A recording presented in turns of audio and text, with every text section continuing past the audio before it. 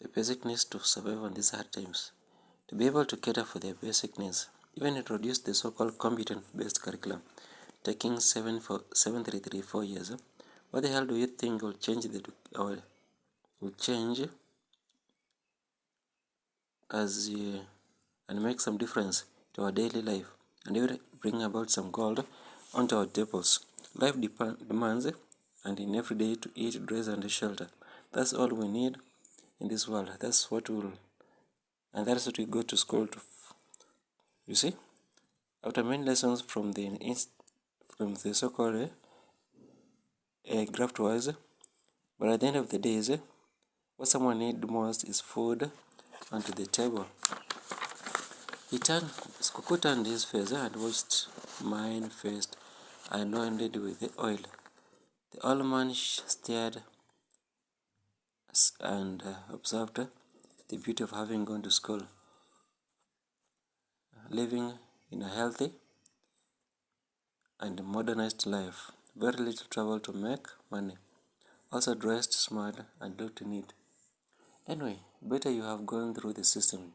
You can sit in the office, keep changing the newspapers, rotate around with the seat as you check on the files just to finish up the day as you wait for the end month. And you go, and there you go, download something in the bank. Let me ask you also do you know how to withdraw those cash from the world? I mean, do you know how to check on our Kenyan papers? Let me check your visas. Or you still make use of the ATMs? That's good of you. It means you have something in your accounts.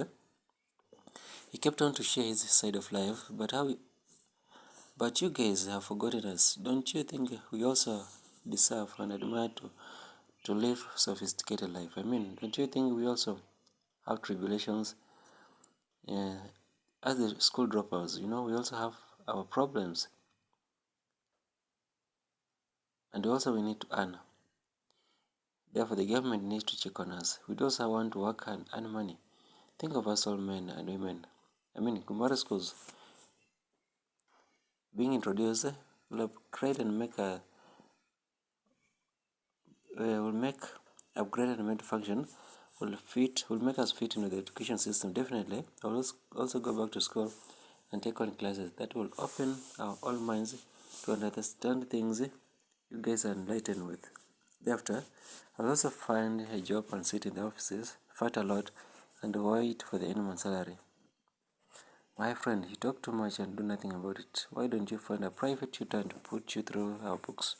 Anyway, I'll find our government officials and ask them to do something about. Take it as my promise. Before you are dead, something must have been introduced into our school curriculum. Count yourself lucky to be among the first and the pioneer class for the Kumbaru exams in our country, Kenya.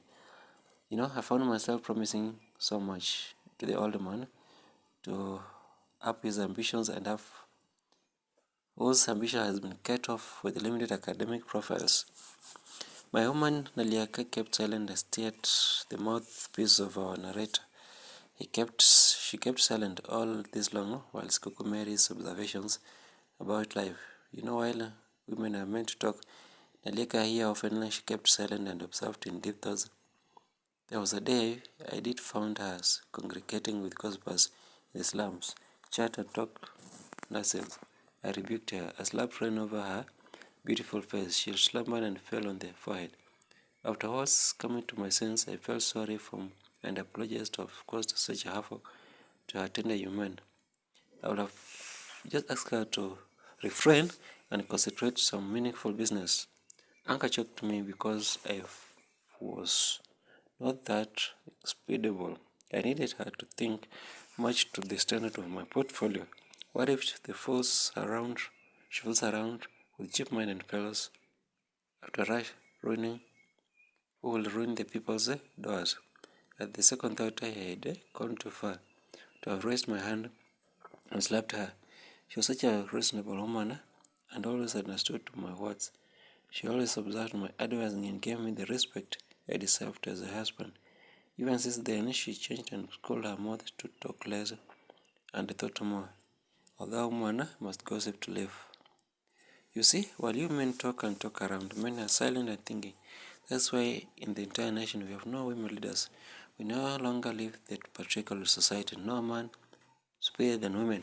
You can equally perform the task.